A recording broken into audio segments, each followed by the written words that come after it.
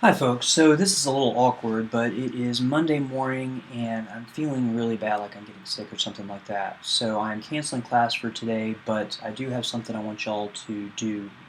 So make arrangements with your partner in this to try to get together. I'll also leave a note with Ms. Barnes, who will have contact information for everybody in case you need to get it from someone else. So here we go. There is a news quiz this week. It's due by class time on Wednesday.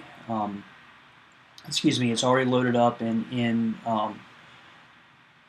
this ELC, so you should be able to get it there.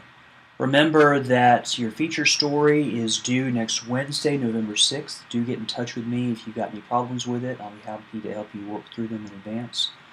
And then it kind of freaked me out that after this week, we've only got 3 weeks left of class and only 2 more workshops of at Tate.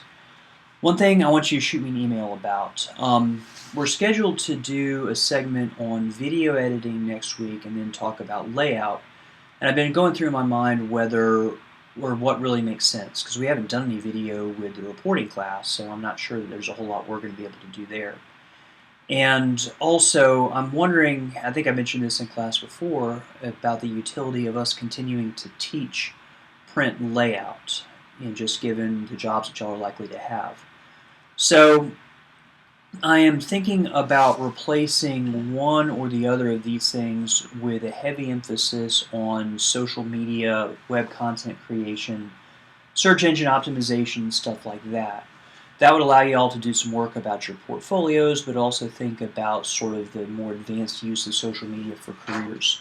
So what I'd like you to do, first of all, is to shoot me an email telling me if you really feel like you want to learn basic print and page layout skills.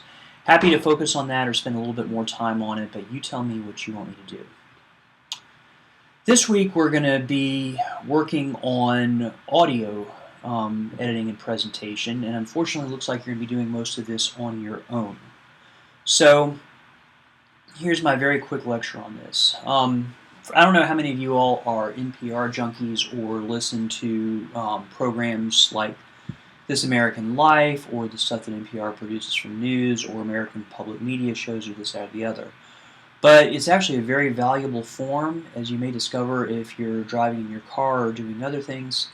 It's sometimes a lot more powerful to listen to stories via audio because it's a single channel that occupies your entire brain, and your brain creates pictures around it, kind of like reading a textbook, but you can't be distracted. There aren't any other things competing for your attention, like illustrations or whatever. So everything is created with sound.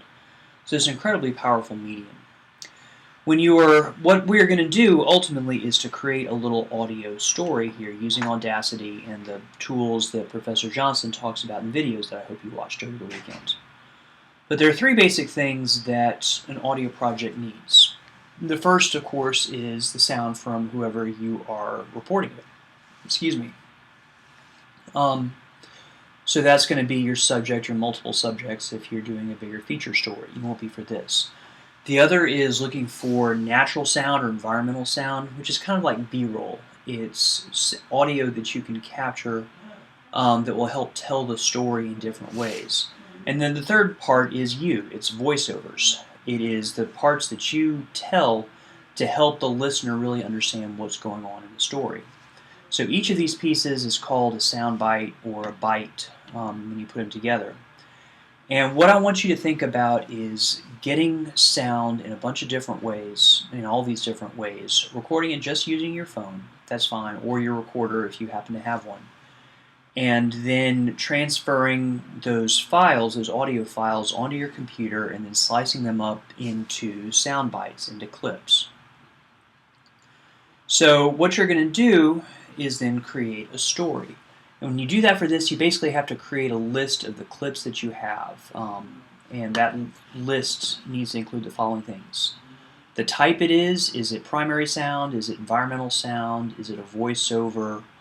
Is it sound effects if you're talking about advanced radio? But I really would rather you guys don't do any sound effects for this. You need to name each one of these clips so you know where to find it and how to find it. And then write a quick description of it here. And if you're doing a voiceover, this is where you would go ahead and write the script that you're going to read for that voiceover. You want to include the length of it, and then you also want to say where it is physically. So hopefully that's going to be just a link to a sound file, or if you put it up online to get it that way, that's fine too. So here's an example of a story from NPR. That actually ran this morning. Don't know if any of y'all are Arcade Fire fans, but bear with me. This is actually a pretty cool story. So NPR, most broadcasters now will actually write stories. And so you can see that somebody actually wrote a little piece based on the sound clip above. And you've got stories, you've got an illustration, they've embedded some video from Saturday Night Live, and then a quick feature on the Arcade Fire, and then links to the previous stories that they've done on this. But then you can listen to this. We're not going to do it now, but I'd like you to listen to this and try to create a list like I showed on this page before about showing each of those clips. You know, what's coming back down here. Go through and analyze the story, stop it as you need to, and create a little file that has all of these pieces of information. You can do this as a spreadsheet in Google Drive. That would be the easiest thing. And write down, you know, what's the voiceover from the interviewer, then what's in it, how long is it, and basically just worry about those three things. You can create a name for it if you want or whatever. Then the other thing I would have done in class is have you all do that for excerpts from Snap Judgment, which is a podcast on NPR. The thing about podcasts is they're actually a growing form. They're getting more and more popular, and people are making money off of them. So it's a really good thing for you guys to learn how to use. And for the project that I'm about to describe, what I want you to do is record interviews on your phone, transfer those files to the computer, and I think it's easiest to store them in Google Drive, but you do them how you want. And then use Audacity, which is a free download, or you can get it on the computers in the labs to split it into clips. And then you want to record voiceovers and do the same thing, and then record environmental sounds to do that. So this way you're going to get a bunch of information to actually create a story just using audio. So what's the story I want you to do?